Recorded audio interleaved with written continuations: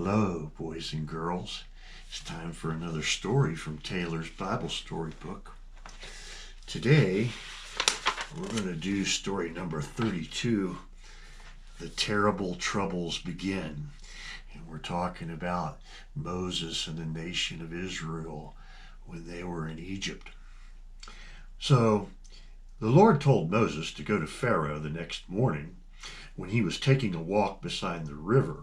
When Pharaoh came along, Moses must go up to him and say, "The Lord God of the Hebrews has sent me to tell you, let my people go. They must sacrifice to me in the desert." So the next morning, Moses went to the river. Sure enough, Pharaoh was out for a walk, and Moses told Pharaoh what the Lord had said, but Pharaoh refused to let the people go.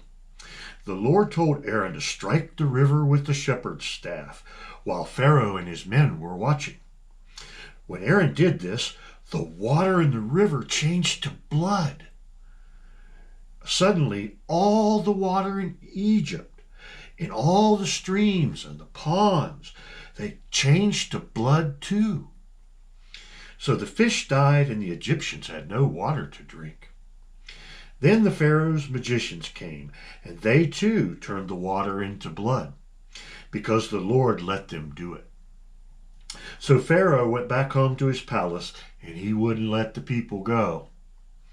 The Egyptians dug holes in the ground near the river to get water fit to drink, for the blood stayed in the river for 7 days.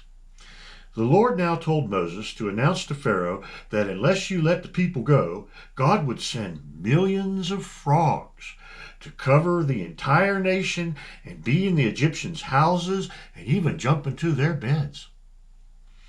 But Pharaoh said he didn't care. He wouldn't let the people go. So God told Aaron to pour his shepherd's staff over the rivers of Egypt, and suddenly millions of frogs came up out of the water. Pharaoh's magicians held out their rods over the rivers, and more frogs came out. For again, God allowed them to do the same thing that Aaron did. But now Pharaoh and the people of Egypt were in real trouble. Frogs were everywhere. He called for Moses and Aaron and asked them to pray to God to take the frogs away.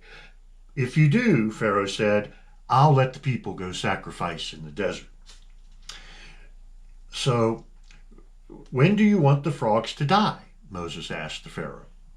Pharaoh replied, "Tomorrow." So the next day, Moses prayed to the Lord, and the Lord did as Moses asked. The frogs in the houses and the villages all died, and the people gathered them in great heaps. The smell of dead frogs was all over the land. It was terrible. But when Pharaoh saw that the frogs were dead, he wouldn't let the people go. Then the Lord commanded Aaron to strike the dust on the ground with his shepherd's staff, and the dust changed into very small insects that are called lice. And they covered the people and they covered the cattle with the lice. Pharaoh's magicians tried to make lice too, but this time they couldn't, because God wouldn't let them. So they told Pharaoh that if it was God who changed the dust to lice, that's what these magicians told him, that God did it. But Pharaoh's heart was wicked. He wouldn't listen, and he wouldn't let the people go. So that's the end of story number 32, and we'll see you next time for another story from Taylor's Bible Storybook. Bye-bye for now.